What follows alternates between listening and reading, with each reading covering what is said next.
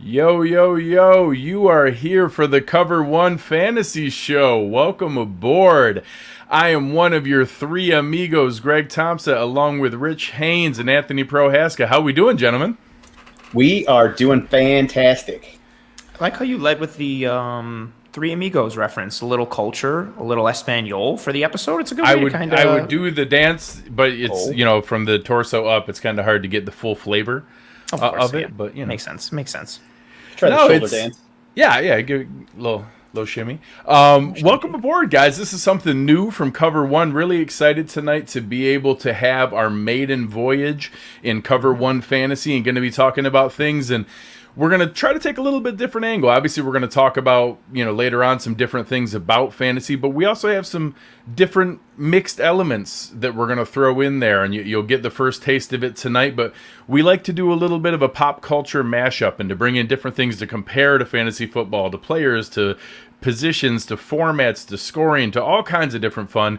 And if you ever wanted to know which fruit Christian McCaffrey is and why it's obviously a Honeycrisp apple, or if you were going to have a specific position and understand which house in Harry Potter the Sorting Hat would put it in, we are the show for you.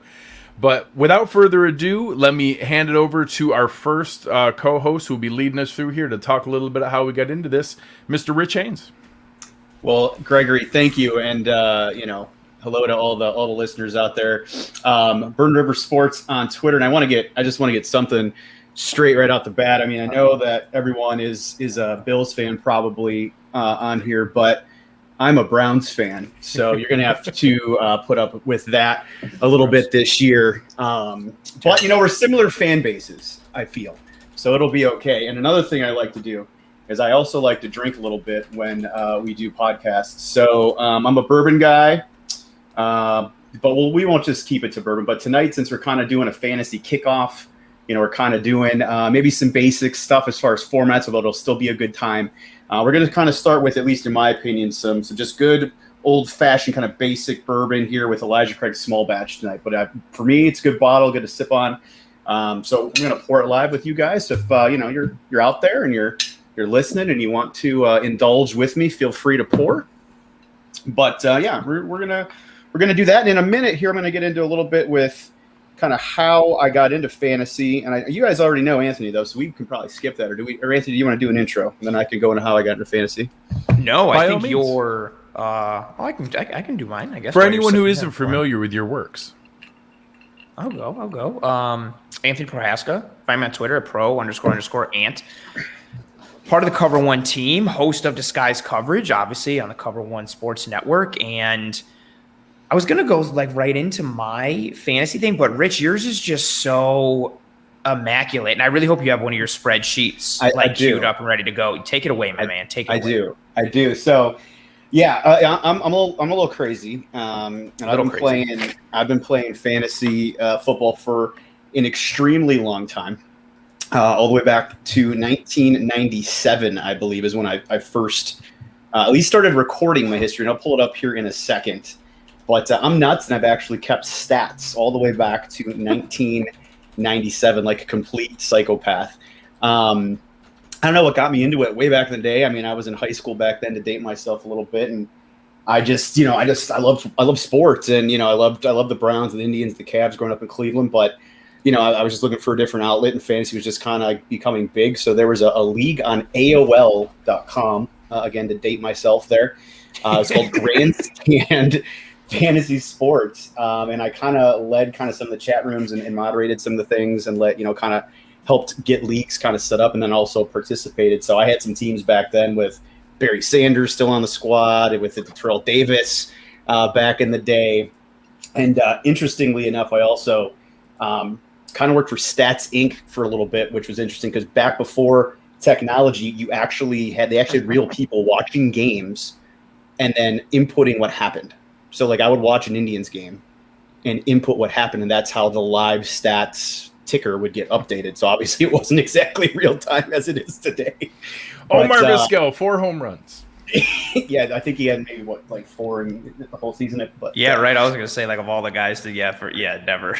I think he might have 11 one year if I remember correctly, something like that. But yeah, so I mean, it started with that, and I've kept my record throughout the years, and it's really spiraled into leagues, and I actually participate one with Greg, and I'll pull this up to the camera here. So this is our rotating fantasy football trophy. It's kind of like the Wanamaker trophy. I'm kind of like Phil. I just carry it with me. I drink with it. I do some things. So this is kind of like our Stanley Cup of a pretty big league that we've had going on for a long time.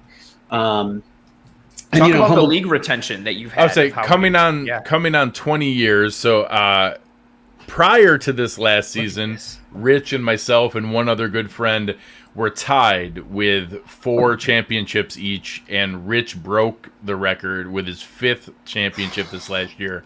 But we've been going on. We're coming up on 20 years. We're at our 18th season. We've had the same guys for a while. Almost all of the teams, 9 or 10 of them are original, but the current 12 owners have been in the past 13 years in a row. And that's one of the best parts of fantasy football, is keeping friends together and having a reason to connect and to talk trash and to be competitive with things. But that's my favorite. Out of all the different things, we've done all the different leagues. We'll talk about a lot of them tonight. By far my favorite is that home league. And unfortunately, the jerk that direction in the screen here now has broken my record and has the most championships in the league.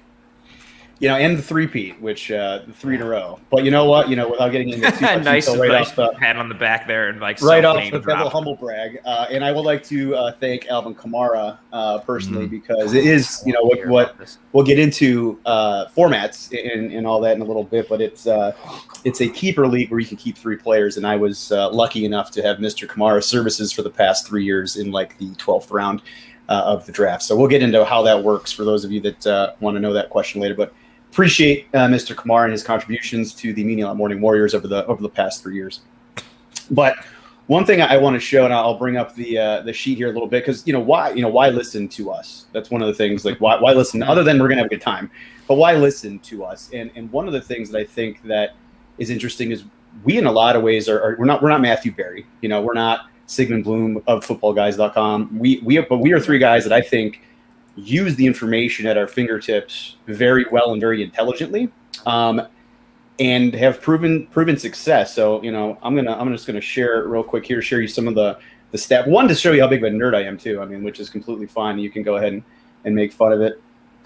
But so here's my overall league history sheet, which is pretty crazy here. And let me expand that for you. This is art. But you can see these are all the different types of leagues I've been in over my lifetime since '97. And again, why should you listen to us? Out of 137 seasons, I've won 23 titles. Again, humble brag. I'm very humble. I think you have to remove the humble from humble brag, and it's just brag. But what is more important, I don't know, in my opinion, at least for people that are trying to have a good time with it, but also make a little bit of money. 70% playoff birth rate, right? And 35% title games. So I mean, that's where you're making the money, right? I mean, sure, yeah, I want to win win all the championships, and maybe I'm like the Yankees. I don't know, maybe, but getting into the playoffs and making some cash is really nice. Getting that. I used to say it on my old show, and I'll get into that in a little bit too. You want to win that Christmas money, right? You want to kind of win the money, the vacation money. Have a good time, win a little bit of vacation money. So years, and I'm of course not going to go into all this, but we had a really good year in 18, $3,000, $3,000 of profit, bunch of championships, great year. But 15 not so good. So I'm going to say when we don't do good as well, because we're probably going to do NFL picks as well at some point in the show. And I'm very willing to put my record on the line, right? Because I think that's important. Put your record on the line. Put your money where your mouth is, whatever the saying is. I like how you're talking about the years like people talk about like vintage wines. Like 18, great year. Not a 15, not a good year. It was a poor vintage. It was a poor vintage. 15, not so good. Not so good. I think 16 was decent. Was 14 was. I think 14 was a good one. It's down at the bottom. I can't grab it right now, but I don't know. It's a lot of history, I guess, is the point. We kind of know what we're talking about a little bit. Again, we use the information at our fingertips. So it's going to be a good time. And then we're going to throw the pop culture mashups into it, like Greg said, which I think is going to be really cool and just a different approach to it and have some fun with it. But, I do want to go a little bit more into my background, if you don't mind, Gregory and Anthony, if that's okay, just so that you get to know me a little bit, other than I like to enjoy some spirits. So I'm going to stop sharing this for a minute here. And I can tell us who you are. Tell us what makes you tick. Well, I like long walks down to the Muni lot to tailgate for Browns games. But, I actually used to do an internet radio show. So back in 11 and 12, I did internet radio shows down from the City Club building in downtown Cleveland. Did a fantasy football show, did a show on the city of Cleveland, and did a fast break show on the Cavs. I was credentialed for the Cavs for 2 years. And it was interesting because back then, like, podcasts were big, but they weren't, like, it wasn't what it is today, right? Yep. So internet radio was kind of like, oh, hey, let's do these live internet radio shows, like, in a studio and, see if we can make that a thing. And it was cool. And actually, the station is now called No Static Radio. It was CSF Radio. Shout out to Dan and some of the old CFF folks if they're maybe popping on or if they give a listen later. But it was great. It was a good time. Greg actually was out of town at the time. We probably would have done a show together. And obviously, again, now being in the same city doesn't matter even anymore. But, so I got some chops that way. And again, just shared.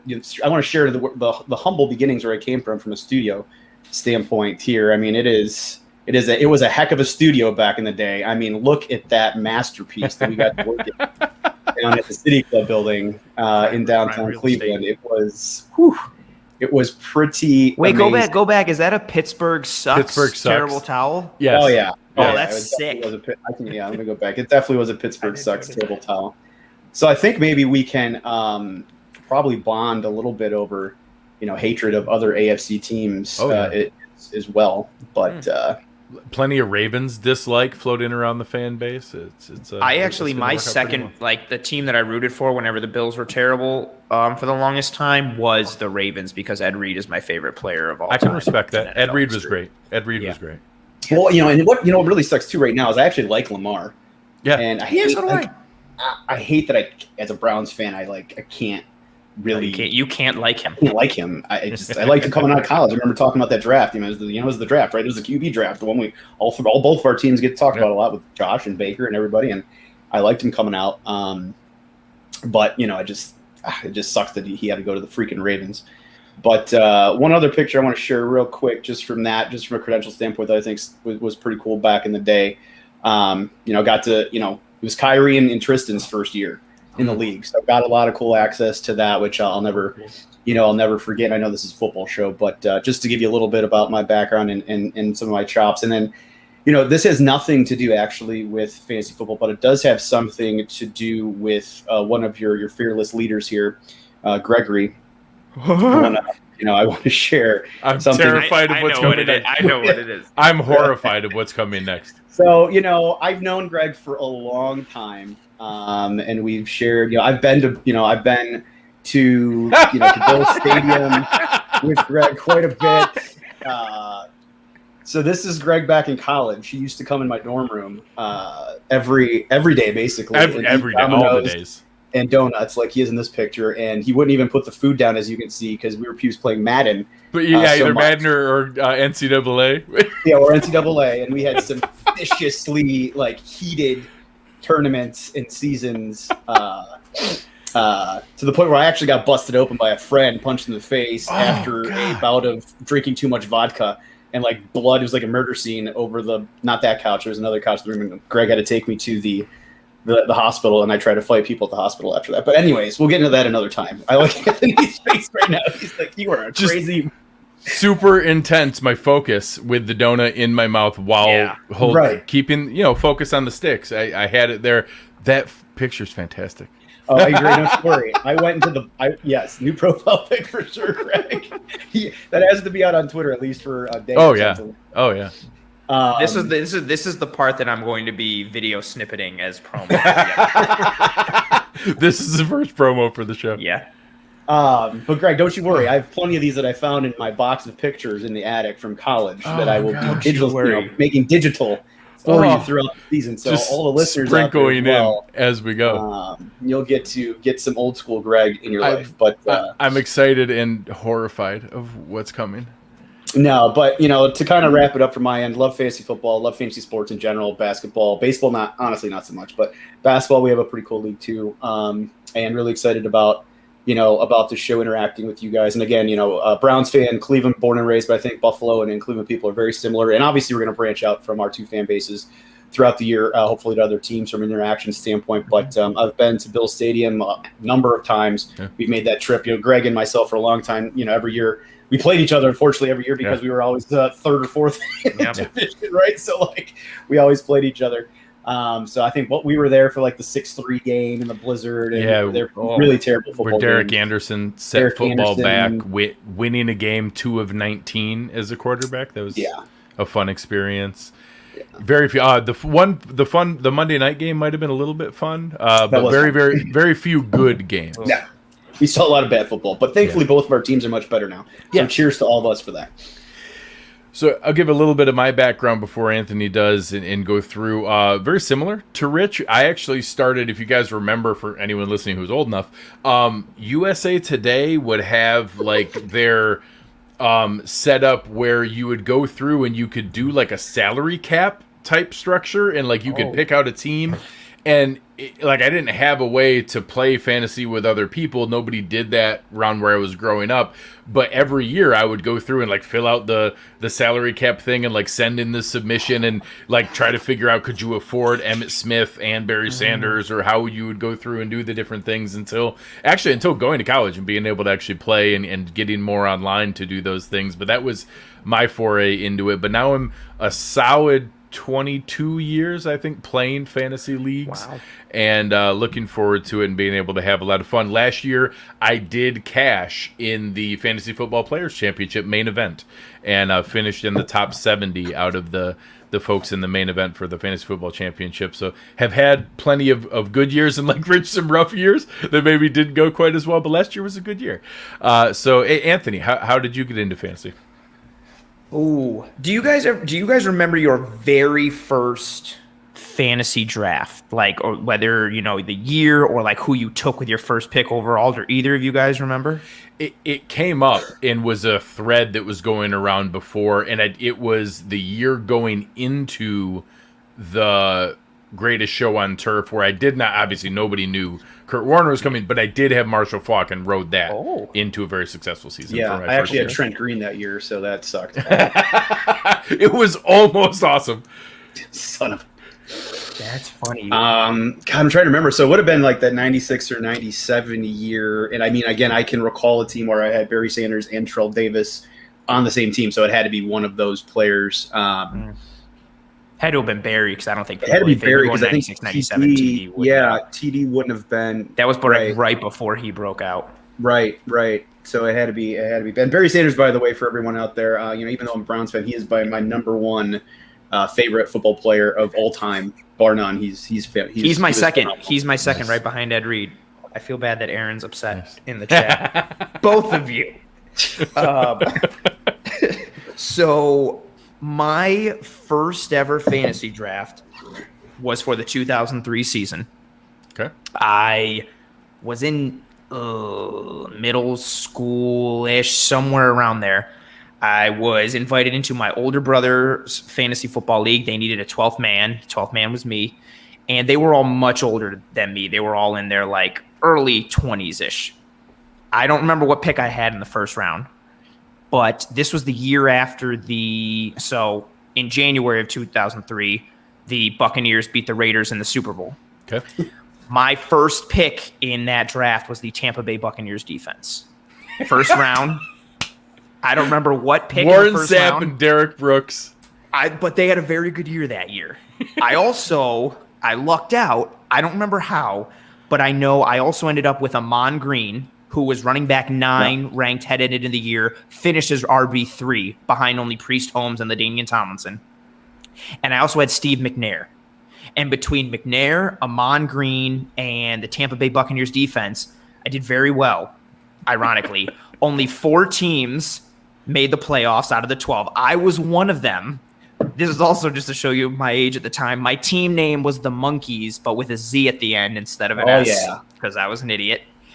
And I lost in the technically the semifinals, but the first round of the playoffs, I lost by 3 points because the guy who I played had Priest Holmes. Yeah. And I looked up his stat line from that week. He had 3 touchdowns, 97 yards. He put up a 30, 40-point game, and I was just But hey, like that, I just think that's so. I look back on it now, and I remember this was also too. We weren't in person; we were drafting online on NFL.com, and I remember taking the Bucs defense, and everybody in the chat just ragging on my brother for inviting me to this league. Like, what the hell's the matter with you? Why? Like, he doesn't know anything. And in retrospect, I'm like, oh God, they were all right. But I went to the playoffs, and I've improved a bit since then. Much like Rich, I value obviously if you can win the championship, that's like the best thing. But making it to the playoffs really shows who you are as a fantasy football owner. Same thing with getting in the championship. I'm big in just getting to the championship and then parlaying with whoever's in the finals with me, unless it's somebody who I hate,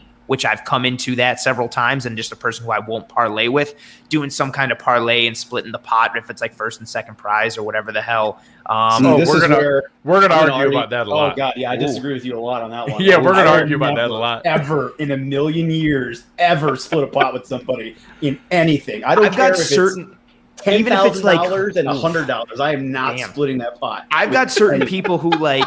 There's leagues that I'm in with like dudes who are just like boys of mine, and so if I make it to the finals with one of them and it's just like sending a quick text, cool. But if it's like somebody who not so much, I'm like, all right, cool, I'll let the cards fall where they may.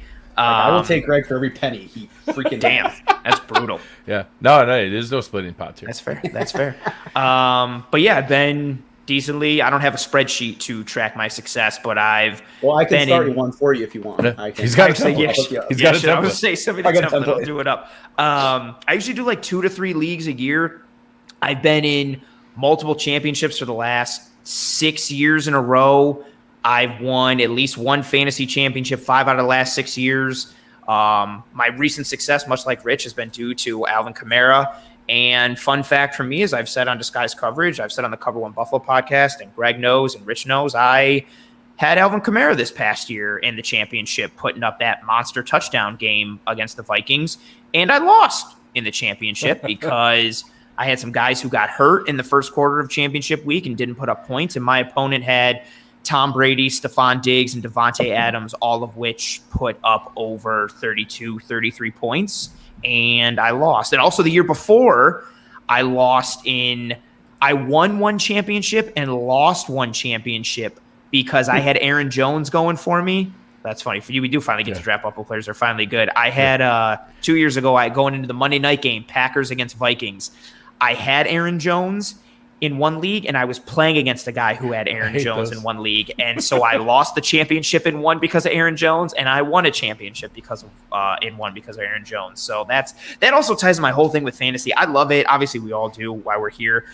But I also hate the hell out of it. You just have no control. There's nothing like, especially like if you have a week like this week where you're like, all right, I really need to get a win. There's nothing you can do more than like, you can't like click the set lineup button harder and like make your team better. You just set the lineup and click and hope like things work out and touchdowns don't get vultured. And the guy who you're playing doesn't just have some ridiculous thing where like, oh yeah, he's got Devontae Adams, and the Packers goal line offenses throw the ball to Devontae Adams. Like, it's just, I love it, but I hate it. I actually have 2 comments on what you just said. One, I'm in the biggest year I ever did. I did 14 leagues in I think 17, and I actually had to create a sheet so I could see like, okay, who am I really rooting for this week? Like, and I like strangely get vested. Even it doesn't matter where I pick. Somehow I strangely get vested into like 1 or 2 players where I have them in 10 of the freaking leagues somehow.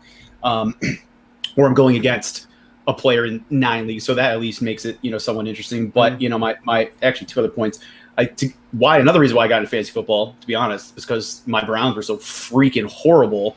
One, they left when I was in high school, and 2, they were horrific until recently, right? I mean, they had the 2007 year where Derek Anderson actually had that one good season, and Braylon Edwards year. Real. Braylon Edwards was real for a minute, and Winslow was real before he started. Unfortunately, trying to touch older women when they say no, which is very strange. Fantasy was like, hey, we're going to go tailgate, we're going to watch the Browns get pounded, and we're going to go look at our fantasy stats. Like that's what it was forever. And we still would go tailgate, and I mean, Browns still would sell out, and we would just take our beatings and go to the bar and have a good time. But one of the other points, just from a comment standpoint, you finally get to draft Buffalo players. I actually agree with that. Josh Allen, I actually really like, and had him in a 2 QB league. To talk about that in a minute. We'll get to those formats in a minute with Lamar Jackson and Josh Allen 2 years ago. Nice. which was 19, Wow. so the pre-COVID season, which was Lamar's MVP, correct? And Josh Allen's not last year, but he still was very solid. Still, very good fantasy. Especially down the stretch. So in coming out in the draft, and Greg knows this, coming out in the draft, I hated Josh Allen. Hated him. Yeah, me too. He wasn't. I think I hated Josh Rosen more, but I think he was the only one out of that class. I think I wanted Sam Darnold, honestly, and then Baker was my number 2. Lamar, Allen and Rosen, I think, was my ranking if I remember correctly back then. But I'm a fan of his now. I think he's done quite nice for you guys. It was a fun player to root for. He's fun, and it'll be enjoyable that our teams actually can have an actual rivalry someday going forward and have games that actually matter rather than just who is more pitiful. But I will say, you asked a question about the number of leagues. This right there in that same area, 14, 15, maybe even 16 once, especially when I moved out of town and just had no other interaction with people, I would just keep joining more fantasy leagues. So I've pared that back because that's a lot to juggle. But I'll probably still have 8, maybe 10 this year that I'll end up going through. And you have to have a whole process. You have to have carve aside time to be able to do all the lineups and everything to be able to go through. That's funny. So Anthony, take us through and tell the people a little bit about what this show is going to be about. So part of this came organically from a random wrestling tweet that happened last week. And then that's a good observation there by Anthony. Also great name from Anthony. So part of the idea for what we wanted to do here came from, a tweet about wrestling being a sport last week that sent a lot of us down a rabbit hole. Yeah. And then the rest of it came from Greg's brain and in conversation with the rest of us and oh, wow, you won a championship meeting 71 from them on Monday. Oh, yeah, they put up huge numbers against the Pats. Awesome. Yeah, where Stephon Diggs gave J.C. Jackson the deuces while he was running down the field. Yeah, that's the one in J.C. Jackson tries to jump the drag route, but he times it wrong, and then Diggs gets more upfield, and he's burnt.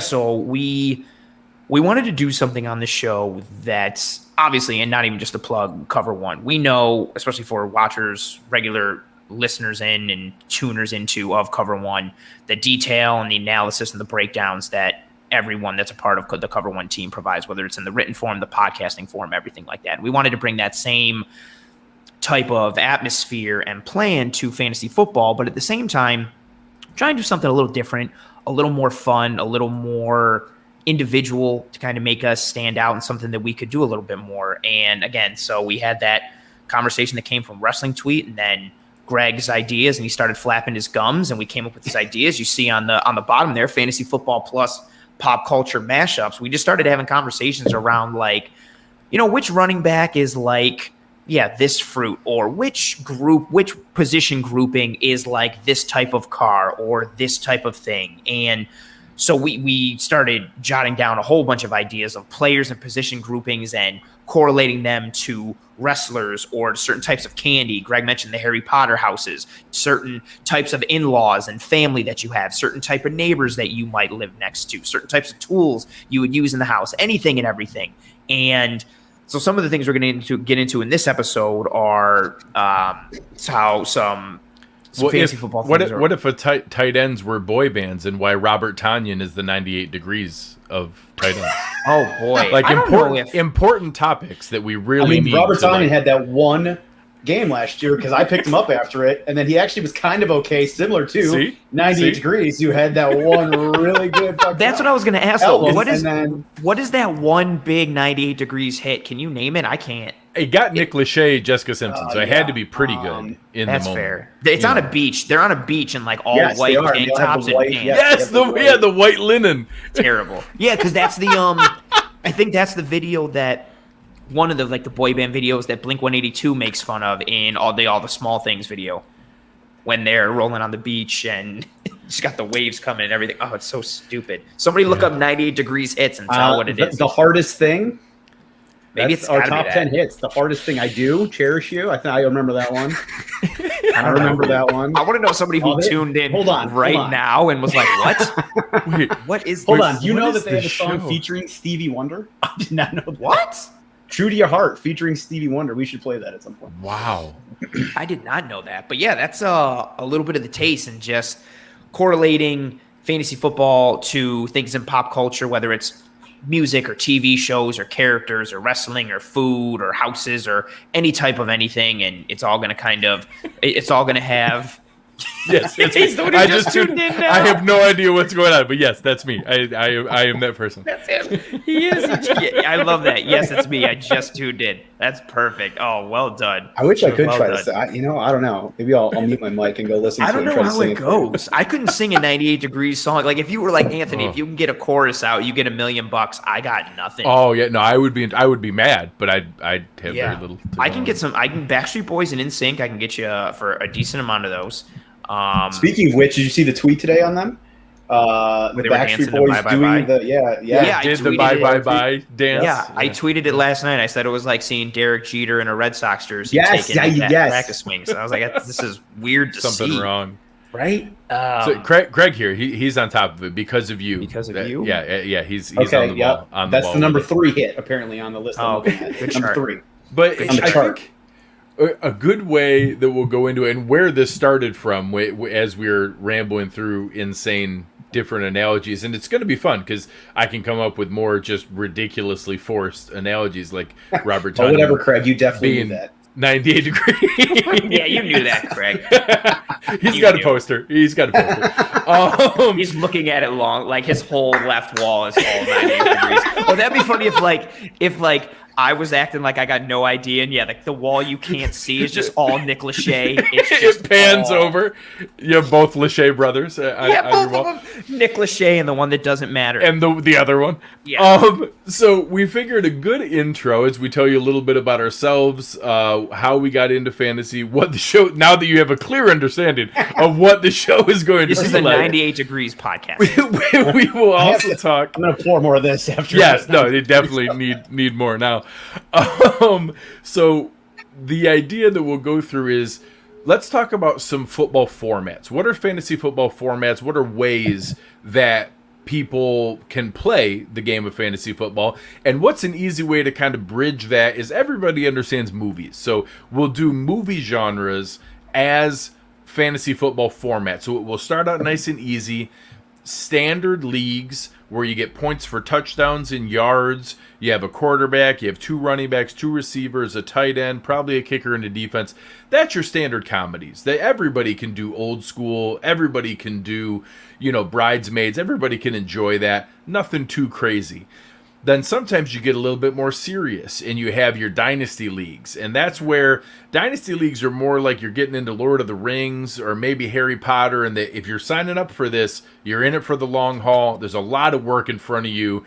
You really have to be serious about it. And there's some people who take it very, very seriously and you need to be ready, but not quite as seriously as the IDP leagues and individual defensive players. Fantasy is pretty easy. Anybody that's watching the game, you can see who scores the ball and who's running and getting the yards and who gets the touchdowns.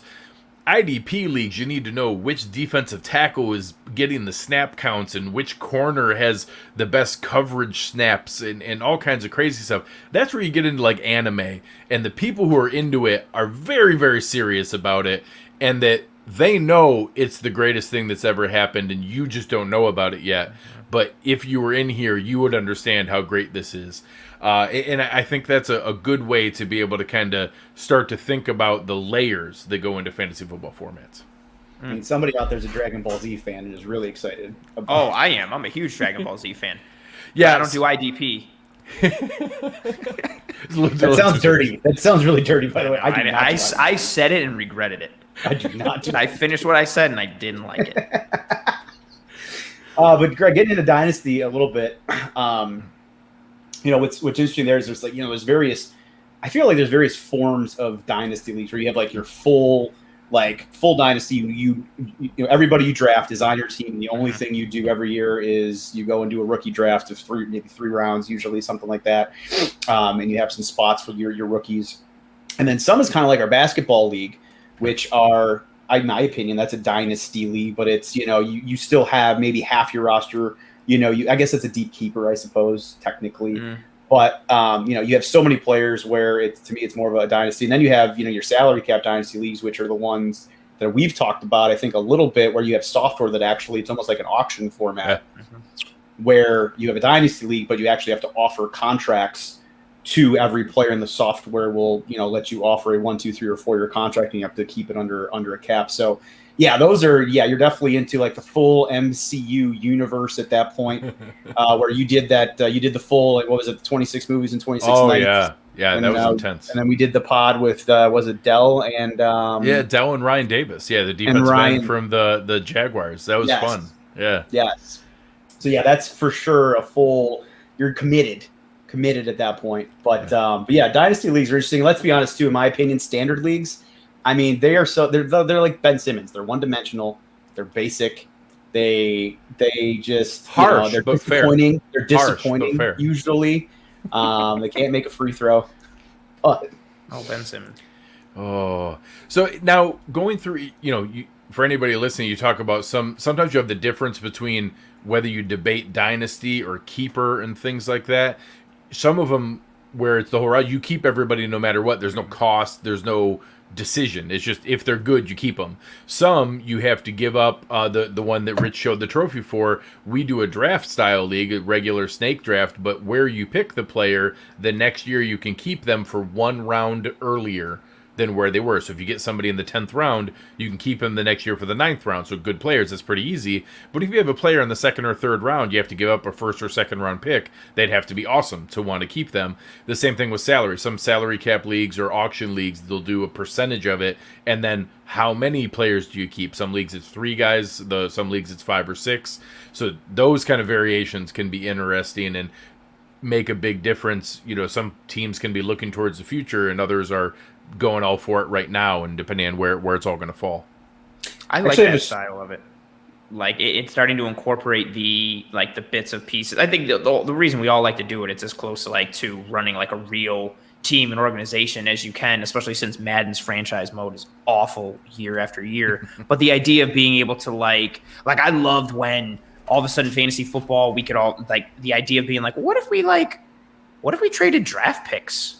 And because I'm trying to win a title this year and your team, you had a bunch of bad luck and you're not going to make the playoffs, but you want my 1st round pick and you've got a guy who might help me win a championship like that. Oh, that's a good point down there. It used to be guys who never played only nerds fantasy. And now it's everywhere. You got guys everybody. even NFL players talking about my fantasy team did this and this and that. My neighborhood had a women's only league that was just all the moms and women in the neighborhood. I wasn't even allowed to play. It was very rude. I was gonna say, did you find a way to pretend you were oh yeah, I'm Greg Tompsett. I live down the street. My wife Lisa did win the league. And she was accused of tomfoolery on several occasions. But she won fair and square.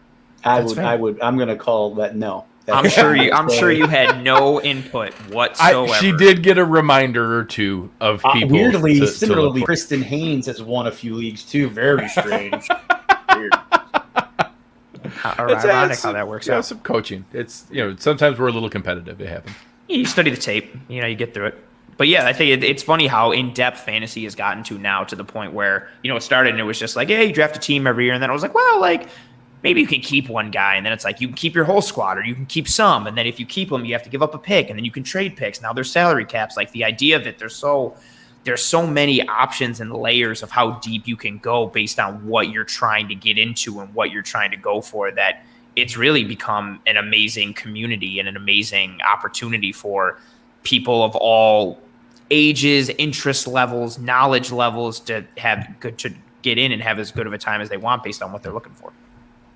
Yeah, I mean the keeper leagues for sure. The keeper, for me, I don't know. My personal favorite is a keeper league where you can have that off-season banter a little bit. You kind of have an off-season dead period, but then the off-season banter comes back. You maybe can trade some draft picks in the off-season, or even mid-season. You just mentioned it, but the team's out of it. They have an opportunity to try to reload, just like a team would anyways. Maybe more so in basketball or baseball at the deadline than actual NFL, since there's not as much trade activity in the actual NFL. But having the ability to do some of that. And actually, we got in some pretty heated arguments in our league where the Wanamaker Trophy back here gets passed around because some people would be like, "Oh my God, you're dumping X, you're giving away X player for nothing," or whatever. And it's like, well, yeah, but they're making that calculated decision where if they are a bad team and they have a player of value, it makes sense for them to give them up for something rather than a shot in the dark keeper. Even than nothing if there's nothing else on the table. But we definitely have had some heated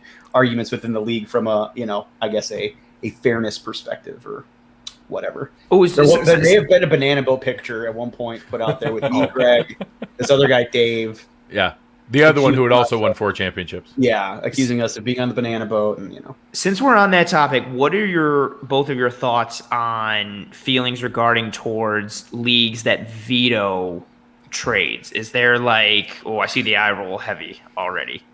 What are the thoughts on it? It all depends on who's in the league and what's going on. I understand some where if you have people that are genuinely of different skill levels and it impacts the sanctity of the league, where like, hey, come on, that's just not fair. Like, you didn't understand what you were doing. Like, I get it, and you have that. For the most part, you should be playing with consenting adults. Like, people make decisions like, hey, this should or shouldn't be what's there. It should not be a strategic tool. The thing that bothers me is when people use the veto button because, this makes that other team better and I don't like that, so I'm going to veto it. That makes me crazy. If it's genuinely unfair and like, hey, no, like if you asked 10 other people, would you do this trade? And every single person had slam dunk, for sure I would take that side. The other guy's an idiot. I get it. Like that, you from a fairness standpoint, it's okay to have some kind of sanity check. But in general, it should be that, hey, we're all adults here. People are trying to make the best decision they can. It shouldn't be a strategic tool to use. Yeah, I'm also fairly against it. I think that, I think that if your league has any sort of sizable entry fee, a couple $100 or because I guess to go back to that sheet that I was showing, I've been in leagues that are $20 and I've been in the World Championship of Fantasy Football, which is $2,000, and you fly to Vegas and you draft live in person, and at one point it was televised and it was awesome, right? So if you have any sort of sizable entry to the league, $200-300 whatever you want to say, people, to Greg's point, I think are gonna try to win and not tank, not necessarily go ahead and collude. Now, I will say that if you're in leagues that you don't know the people with, like, Greg also kind of alluded to this fact, and websites, Apex, the FFPC, the current World Championship League, the FFPC that Greg talked about, they don't even allow trading because of that reason. There's just too much temptation for two guys to buy a team. Yeah, especially if there's hundreds of thousands of dollars on the line. But your normal league. I want people to have fun, and I want people to try to make good decisions, and I want people to be interactive throughout the year. If there's 12 people in the league, if 8 people maybe veto it, okay, fine. But I certainly, aren't, I don't want to hit the veto button often. I want to give people the benefit of the doubt most of the time, especially in keeper leagues. I mean, in keeper leagues, it's really hard to veto a trade, in my opinion, because someone could be playing for next year, and there's usually some sort of a story that somebody can tell to go, yeah, this makes sense for me. Yeah. Now, honestly, as a commissioner, this example that Michael put in the chat is the only time that I've genuinely vetoed stuff. Is that if it's, hey, I think you're dumb, but you think you're making a good trade, God bless you. Go ahead. The one Michael put in here is the only time he vetoed a trade was his buddy traded one of his top players to his wife because he was at the bottom of the league and she was in the playoffs. That's collusion. That's cheating. That's why vetoes exist. That's why a commissioner should be there to be like, hey, you didn't do that to make your team better. It just made a bad decision. You were cheating and trying to just give a player to your wife's team and try to have a little more fun that night, which I can respect. But beyond, I just picked up. Beyond that, it should, if it's just, hey, you value this guy differently than I do, but you think you're making the right decision. Not that it happens that often, but there's plenty of times where that hits, where like the guy who, oh my gosh, I can't believe, if we look back on this trade that we all made fun of and, that's the guy that actually won that trade. Those things happen enough where we don't have a sure enough handle to say, yes, this was the better value. You way overpaid, but it worked because fantasy football is hard and there's a lot of luck involved and random stuff happens and people get hurt, and that's why I always lean towards, unless it's collusion or just genuinely unfair that, hey, this person didn't understand what's going on, I don't think you should veto. And it makes me crazy, the people who do it, because like, oh, I don't like that team got better. Veto. I holistically agree with both of you. And what also drives me like so nuts with it, just the idea of like people assuming like they know exactly how a season is going to pan out. And my perfect example that I'll always use, so 2 years ago, Saquon goes down and I had Aaron Jones, who ended up leading me to a championship. I tried to trade Aaron Jones and I forget who else to the Saquon owner for Saquon Barkley while he was hurt. And it got vetoed because everyone, for the reason, no, this makes your team too strong. Saquon's going to be back after a week. He's not even going to be out that long. And it got vetoed. Had I made that trade, I would not have won the championship. I don't even think I would have made the playoffs because I just made it in by the skin of my teeth from Aaron Jones. And that right there is like an example I always go to because none of us really know. Even as much of us think like Christian McCaffrey's awesome. He could be terrible this year just because of how mercurial fantasy is. Oh, I like what Reptile said. They use the veto to blackmail teams to get a trade you like. I'm like a European soccer agent and I'm very dodgy. Very dodgy. Can't be trusted. Oh, that's very good. As we round back into kind of the format for tonight, you get an idea. This is what we're going to do. We have a lot of fun guests lined up that are going to be coming on the show. We have a lot of engagement. We're actually going to be using some of the information from a couple different sites on some friends over at footballguys.com, showing some of their rankings with a new app that we'll be introducing here on next week's show, getting everything set up and launching some exciting new things there. But overall, it's been this kind of banner that we wanted to bring to a show and to have in a format to go through and be able to talk about some of the different things that we're going to forcibly shove into a fantasy football discussion for no other reason than we think it's funny and to be able to entertain ourselves. So as we kind of take around it, any other ideas you guys have that you want to share about what fans can have in mind or other analogies you want to make to other formats or scoring? Well, I mean, I think we talked about the kind of the three main formats. You have your standard league, your keeper league, your dynasty league. We actually didn't get to auction at all, which is technically, which I think is, I don't do well at them for some reason, but whatever. The auction leagues where you're able to have like a $100 or $200 cap and bid on your players, which we kind of talked about that a little bit in the salary cap dynasty. That was kind of an auction league, but that's a very fun format. But we didn't have we haven't really gotten to the different scoring formats. You have your point per reception, which is what I think most people play at this point. Your fantasy football championships are decided in a point per reception league, so you get 1 point per wide receiver, per running back, per tight end. And to kind of draw the analogy there, when you're talking about dynasty and you're talking about Harry Potter's or then the Marvel universe or whatever, I kind of think like your PPR leagues are, from a box office standpoint, that's kind of like your Fast and Furious series, right? Like that's like, you don't necessarily have to watch every one of them. You can come in on the fourth Fast and Furious and still have a great time and watch some cars fly in the air versus a tank or something or whatever, and family, right, or whatever. And The Rock shows up at some point and holding onto a car by his bare hands. Jumping out of a helicopter or whatever. But so it's not like a dynasty where you have to watch all the Harry Potters or all the Marvel, the MCUs. It's they make a ton of money at the box office, and it's what everyone kind of likes, whether we think we like them or not. Everyone goes and watches them, so you like them. Everybody likes explosions. So they're kind of like the Fast and the Furious series, but that's movies. Good popcorn. Yeah, movies. The popcorn movies. I don't know. Your Jurassic Parks are kind of similar, not quite as many of them, of course, but same thing there. So your PPR leagues. I think that's where everyone wants to have their championship decided with a PPR league.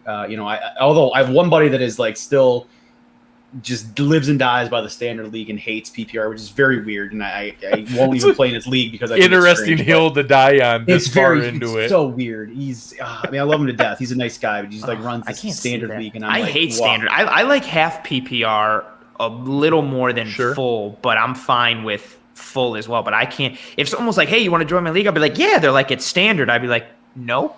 No, Yeah, no. at all. I'm out. It's funny. I have something going on that weekend. We didn't tell you what weekend. I know it's all the weird. Weekends. All the weekends. I'm booked. It's a church thing. Why do you want running backs to be picked in the first 2 rounds? Like that's pretty much what a standard league is. Like, cool, I'm going to pick. There's gonna be 24 straight running back. It's like, well, I just don't. I mean, even in a passing league now, even if the NFL's a passing league now, 24 running backs would basically still go for the most part. So that's why I don't like standard leagues. I think you need, the PPR is just supposed to be there to make it so the position groups are relatively even, at least between wide receivers and running backs. So you have some parity in your draft. So it doesn't matter like if you're picking 1 or 12, you should be able to make some good decisions and build a solid team. And then you get into, Anthony, you mentioned half PPR. Actually the FFPC's decided over a 1.5 tight end PPR format, often where called the running tight backs end and premium. wideouts, tight end premium. So Keep tight ends relevant for wide receivers and running backs, but 1.5 for tight ends, again, to elevate them so that maybe in the second round you're going to have Travis Kelce get picked, or heck, maybe even the end of the first round, depending if someone's really crazy. They might pick 2 tight ends back to back, right? So your PPR format, I think, is fun because there's a lot of strategy involved, and again, it's from the analogy standpoint, your Fast and the Furious popcorn flicks where things are blowing up and all that good stuff. I like it. Well, and you even add in like 2 quarterback leagues are becoming more popular now. So you get into those areas, and I like the way that it staggers. So you start with standard and like Rich, you said, it was, hey, running back should be the first 2 rounds of the draft. Well, what if we add a half a point for a catch or a point for a catch? Okay, well, now wide receivers are a little bit more of a strategy. And okay, you can go this direction or that direction. But then you can just wait on tight ends and get them way later. Well, what if we give tight ends 1.5? Okay, well, now you can have 3 different strategies of going tight end early or wide receiver in first 2 rounds, or still with running backs. And then, okay, yeah, but you could just wait forever on quarterbacks. Okay, well, what if we add in Superflex or 2 quarterback leagues? The more that you do that, the idea should be that, hey, there's a chance that you add more strategies and more paths to getting to a championship. And you have that. I like that idea, is that, you can still have different ways, but in a lot of movie genres, it's very niche, and some people are really into this and some people are really into that can be the holistic view, like a awesome Disney or Pixar movie that everybody watches The Lion King and is pretty into it. That just works for everybody can get into that, and there's nobody kept aside. That's the idea. You want to be able to have as many different ways of a path to enjoying it and having a good strategy. There was another one I liked, the high stakes leagues for lots of money. Those are the highbrow movies that win the Oscars, that you pretend to be able to watch and understand and be yeah, no, I watched The Producers. I didn't watch that. I heard it was great. Yeah, I heard it was really good. Yeah, I watched. I'm cultured. I tried to watch The Shape of Water twice, and it's weird. She tries to kiss a fish, and it's just odd. I didn't like it. I didn't understand. It's just not my thing. I couldn't get into it. Anthony, were there any other ones that you liked that you want to share with the people? I think to kind of piggyback on both of your points, I've seen a lot of. I've just been in a lot of random leagues and seen different things. I've seen things. We started out with 4-point passing touchdowns, and things went up to 6-point passing touchdowns. I've been in a league for a while where we thought receivers were becoming too dominant, so it was a half-point PPR league. We moved rushing touchdowns to be worth 8.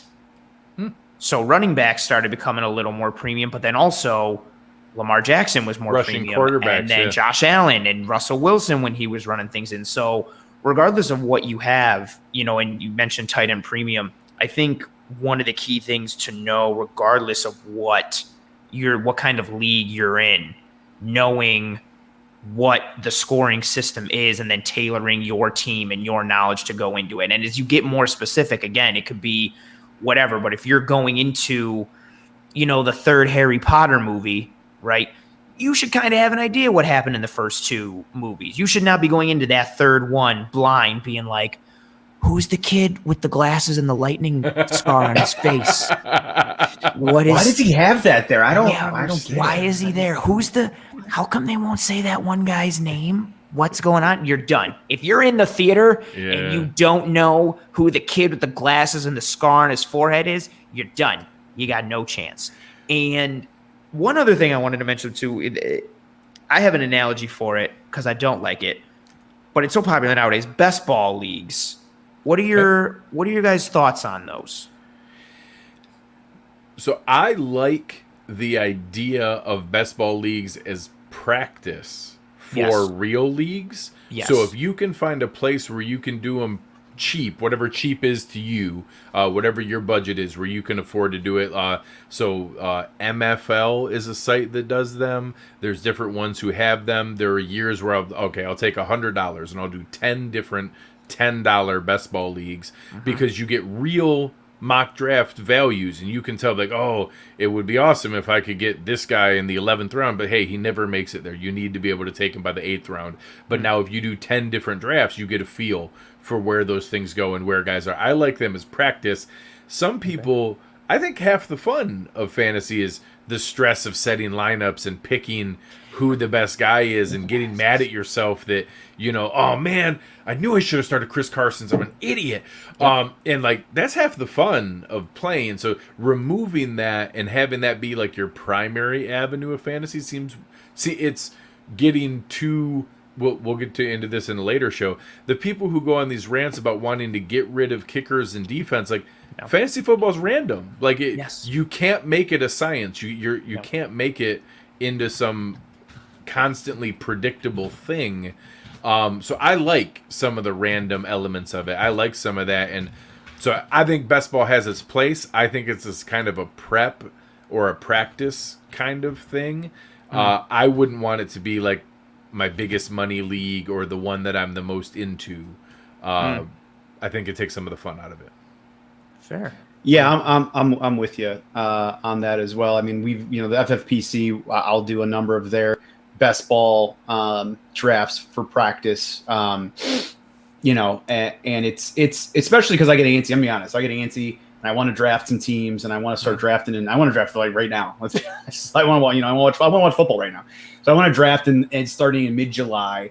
And to throw $30 or $35 into a best ball draft for the FFPC and get that kind of scratch that itch, if you will, gets me going. And it's to Greg's point, it's great practice. And I urge everybody out there that is getting into fantasy and wants to get into it a little more seriously, maybe to do that, to do a couple practice drafts like that, because the ones on ESPN or these other sites, they don't really give you much. Yeah. Because after the first two rounds, people drop out, and it's like they purposely pick Tim Tebow in the first round, or and then all of a sudden now it has no value because it's all thrown off. Right. I love so that. But I do like the best ball format for that standpoint. But other than that, you want to set your lineups. I want to be making those tough decisions, like Greg said, but I want to be making them hammered off of my behind in the Muni lot, tailgating for the Browns opener in week 2, the home opener in week 2, I believe it's versus Texans. And I want to be trying to make that decision at 11:30 a.m. And watching. I want that pressure. So I definitely prefer the normal ones. I'm glad you guys feel that way. I've seen creeping notions recently, and especially with the success of certain sites and applications. The daily fantasy has become so big, but then best ball has, I think, become more of a snowballing thing over the last several years. And I know some people who do it as their main, and I just don't, much to your guys' points, I don't see it as that type of thing. And to go on the movie comparison with it, I went niche with it, right? Because I don't like the idea of best ball as like your main thing. Because again, part of the whole idea of fantasy is you have to sit there and it's 12:57 and you're like, oh my God, who am I starting at my flex? What's the wind like in Philadelphia? Okay, they might not do that, but he stubbed his toe earlier in the week and he was questionable up until an hour ago. Who do I? That's part of it, and that's what everybody goes through. So for me, best ball fantasy football is like Home Alone 3, where it's under the franchise of Home Alone, but it's not really like a Home Alone. You don't even movie. have a Culkin Exactly. There's no Culkin. There's no mom who her name escapes me, but she was also in Schitt's Creek. Like, you're not getting her. We're not sitting there wondering what Kevin McAllister's dad does for a living because he's got an amazing house. Yeah. Is he an agent for the Chicago Bulls, or what does he do in Chicago? Their house is amazing. And that's what best ball is to me. Like, it's fantasy football, and it's under that umbrella, but it's like, it's not really the main, like Home Alone 1 and Home Alone 2 were. It's like the Air Bud of movies. But the first Air Bud. Catherine O'Hara, by the way, yes. Thank you. I would say I pulled it up from Randy. Yeah. Thank you, Randy. Although, big time points for Randy, but also some negative points because Randy earlier mentioned that he has not seen 1 minute of the Harry Potter movies. And if you had, Randy, when you put up this Catherine O'Hara comment, I would have said 10 points to Gryffindor, but that would be meaningless to you. No, it doesn't mean anything to you. You don't even understand it. You don't even know.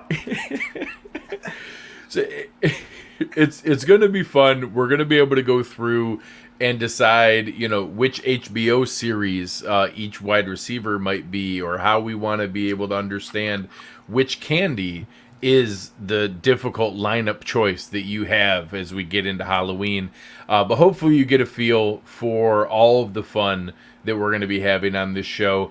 If anybody has any questions, please shoot them in now. We'll try to go through those, but you'll understand a little bit more about what we have to offer and what we're going to be doing as we go forward. I'm really looking forward to it. This is something I've been wanting to do for a long time. Always passionate about fantasy, and like Rich said, some years because the Bills weren't all that fun to watch, and at least I had fun football to watch, and now I get to compete where like I don't even check some of the lineups when I'm really zoned in on the Bills game, and then look afterwards like, oh good, I'm already doing good in fantasy.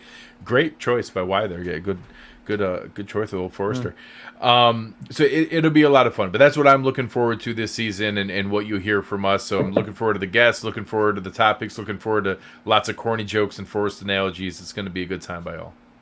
Yeah, I mean, we're certainly going to get into, projections. We're going to get into draft strategies. We're probably going to do mock drafts, hopefully, on the show live. We may even try to do real drafts on the show competitive live, drafts hopefully, with some of you out there as listeners to compete against us and with us. A little teaser maybe for down the road. We'll probably get into as well. We haven't talked about it yet, but the daily fantasy. We'll probably get into daily fantasy strategies as well. Talk about the different sites you could potentially use there. So we have some really great guests lined up in the fantasy football community to come on and give their input. Obviously, we'll be going through injuries. We'll be going through waiver wire pickups, trade analysis as you have in season stuff. As you have trade analysis. Or want opinions on trade analysis, we'll be certainly willing to give you those opinions. So yeah, I'm really pumped about it. But one question that I have for you, hit me with some mid-round running back sleepers. Christian McCaffrey. So that's You guys should watch out for this Ezekiel Elliott guy. I think he's got something. I heard he's good. I hate Zeke. Yeah. But one question I have for you guys, just because we are trying to do this mashup thing. I'm just curious, I know my passions from like a pop culture standpoint are the MCU, the Marvel Cinematic Universe. Wrestling. I got the Ric Flair shirt on, but it goes way further than WWE. It's Ring of Honor. It's Japan. Yes. It's AEW. Yes. It's ECW. Yes. It's whatever you want to talk about. I love wrestling from that standpoint. Walking Dead, but like older Walking Dead. I don't really care as much about like the newer seasons, but older Walking Dead and Star Wars more recently. So I'm weird. So if you're a Star Wars fan, I'm really weird on this one. I'm not the biggest fan of the original 3, so I'm different on that. Everyone's gonna hear, "Oh, you're not a Star Wars fan." I'm gonna get killed for that. Get out. Fine. I'm okay with having that opinion. I'm a Browns fan. I can be weird. It's fine. But the Mandalorian and stuff like that. And then lastly, from a gaming standpoint, I'm into Blizzard games for anybody that games out there a little bit. So Warcraft or Overwatch or weird shit like that. So that's my pop culture universe. I'm not sure if you guys want to share what you guys are really into from a pop culture standpoint, then maybe we can answer a couple of those questions. I don't know if we want to get into sleeper running backs yet, but maybe we will. I just went through the Marvel Cinematic Universe, so now I'm at least on board and have seen everything. But I do like Star Wars and enjoy the newer ones at least as much as the older ones. I'm excited to try to figure out 90s hip hop with fantasy football. I enjoy food a lot. I like The Sopranos, Breaking Bad. Let's see what else we'll try to push in there. I'm excited to find some painfully awkward analogies and try to be able to shove them in there with things that I'm into. Fair. I'm right in that same kind of boat. Big wrestling guy. I still follow with WWE, but I think it sucks. So much like Rich, we will. Yeah, I would say that comment came in already about you not like immediately. Star Wars. Yeah, I can't trust this guy. Big into wrestling, especially New Japan, AEW, ECW is where I cut my teeth as a little kid. Fun fact: I was at the Flickinger Center when Rob Van Dam beat Bam Bam Bigelow to start that television title reign. When he wasn't supposed to beat him, he was just supposed to soften him up for Sabu. I don't even want to keep talking about it because we're good. I see Rich nodding along, and it makes me want to start talking about it. And I'm like, no, we're not here for that right now. We can't do it. We're going to intensely get into why videoing a trade is like the Montreal screw job, and it's going to get super serious. We won't speak of the Montreal screw job, Greg. We won't talk about it because it pains me so. Sean had that locker room on lockdown. What do you want? He did not. Everyone hated him. He was such a jerk. I can't even. Vince and Triple H didn't hate him.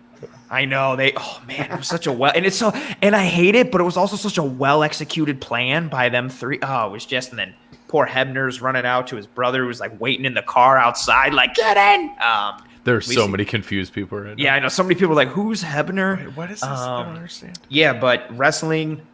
And then I like a lot of stuff. I watch a lot of movies, TV shows. Somebody threw up Peaky Blinders in the comments already. Huge for me. Peaky Blinders, True Detective. I got the poster over that shoulder there. Game of Thrones, Harry Potter, Lord of the Rings. So why True Detective is the Todd Gurley of TV shows, where it's awesome to start out and then get real bad after that. Season 3 kind of came back a little bit, but the season 2 with bless Vince Vaughn's heart, he tried. It Gave it a shot. And that season was just bad. But I think we're on the same wavelength for a lot of things. Breaking Bad, I'm seeing through their Fringe. I watch a lot of TV shows and movies and wrestling and sports and all those things. So I'm very excited to bring that kind of mashup type of thing. And I know Greg, not speaking for you, but I feel like you would echo this sentiment. I think it's cool for us to, we do so much on the Buffalo Bills, which is what we love. And that's what our passion is. But now to be able to branch out into something further and be able to extend ourselves into another realm, I would say probably the same thing for you too, Rich, being a huge Browns guy, but being able to, for all of us to be able to step out into, oh, you got Hebner's autograph, Craig? That's amazing. So the best part is there's going to be people who have no clue what's going on, and then people who are super excited about what's going on. Yeah. It's going to be fantastic. So I got a real quick story. So he did based off Craig saying he got Hebner's autograph. So I was probably, I got to find this picture, and I will put it up on a future show. I was in high school. I was probably a freshman or sophomore in high school. I had this Fila shirt on. I thought I was, hot. I was feeling it. So I go to a show in the Coliseum. It was Gun Arena. It wasn't the Coliseum. So it was probably the open. No, it was Coliseum before Gun Arena opened in Cleveland. And Sunny. So for wrestling fans out there, Sunny was hot back in the day. And then, she dabbled in some adult erotica for a minute when she got less hot. But, she was hot back in the day. And Mr. Perfect was also there. R.I.P. Mr. Perfect was amazing. So I got went and got a picture with Sonny and Mr. Perfect, and instead of being normal and putting my arm around Sonny like a normal high school, I stood there like this, like I was the one that should be getting the arm put around. I was like, yeah, Sonny, I'm hot stuff over here. Why don't you put your arm around me? Check out my gold herringbone necklace and my Fila shirt. And my sweet khakis, because I thought I was awesome. And now I just look at this. I have to find it. I will put it up on a future show. I was hoping you were going to say, instead of putting your arm around Sonny, you put your arm around Perfect. Yeah. I spit my gum. I just flicked my gum out and did all that. That's one of the best GIF or video I've ever seen. You've seen, yes. I know when he flips the towel and it lands behind his back on the shoulder, and then he's just kind of tries to hide his smirk and he hits the buckle. Oh, it's just beautiful. Perfect was the man. So, Randy, to help answer your question, the key is not that 90s hip-hop is awesome, because of course it's awesome. What we need to figure out is which wide receiver is Tupac and which wide receiver is Notorious B.I.G. So there's going to be some heavy debate when we get into topics like that. There's going to be some serious things. It may come to blows. I can't make any promises. But also, Greg, you were well-versed in this about roughly earlier last fall. I would say around October-ish. Yeah, we did... the cover we one did an entire thread as Wu-Tang. Yeah, which member of cover one was which member of the Wu-Tang clan. That was great. It was a really successful venture. So yeah, we're excited about it. It's going to be a lot of fun. We'll go around the horn here. Rich, let the people know where they can find you. You can find me on the tweeter at Burn River Sports. What is that? Burn River Sports. Obviously everyone has heard of the river in Cleveland famously burning, which is, was a terrible thing back in the 60s and 70s. But that happened a long time ago. So if you're from Cleveland, you can make fun of the river. If you're not from Cleveland, you cannot make fun of the river, because now it's actually very nice. And it's come back and it's done a great job. Actually, it's been named, from a waterway standpoint, one of the up and coming waterways from, coming back from an eco standpoint. But Burn River Sports, so we still love the heritage, love what's going on there. So where there's a lot of beers around here as well that kind of take that moniker on. So Burn River Sports on the Twitter, and you can ask me about anything you want, fantasy football or Browns or even Bills related, because since I follow these two yahoos, I know probably more about the Bills than any other team in the NFL outside of the Browns. Again, since I feel we're similar fan bases, I do root for the Bills quite a bit when my Browns are not doing well or if we're not playing each other. So Burn River Sports on the Twitter. And Anthony? Beautiful. I'm Anthony, host of Disguise Coverage on the Cover One Sports Network. You can find that live on YouTube every Thursday night at 9 p.m. You can also find it on pretty much any and every podcasting streaming platform. Find me on Twitter at pro__ant. That's pro 2_ ANT. Yeah, Rich, that comment's from Taylor. He's amazing. He's a regular fan of Cover One, and he's on point with almost every single thing that he comments. So that is another example right there.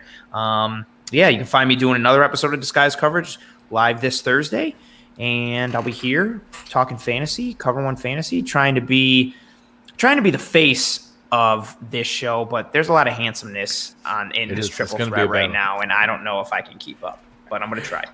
So we appreciate you guys checking us out. You can find me at Greg Tompsett, and similar to Rich's way of taking a painful historic element and making it his own with Burn River Sports, my fantasy football league name for the last 20 years has been Wide Right Pride, and taking a painful moment from our history and making it my own.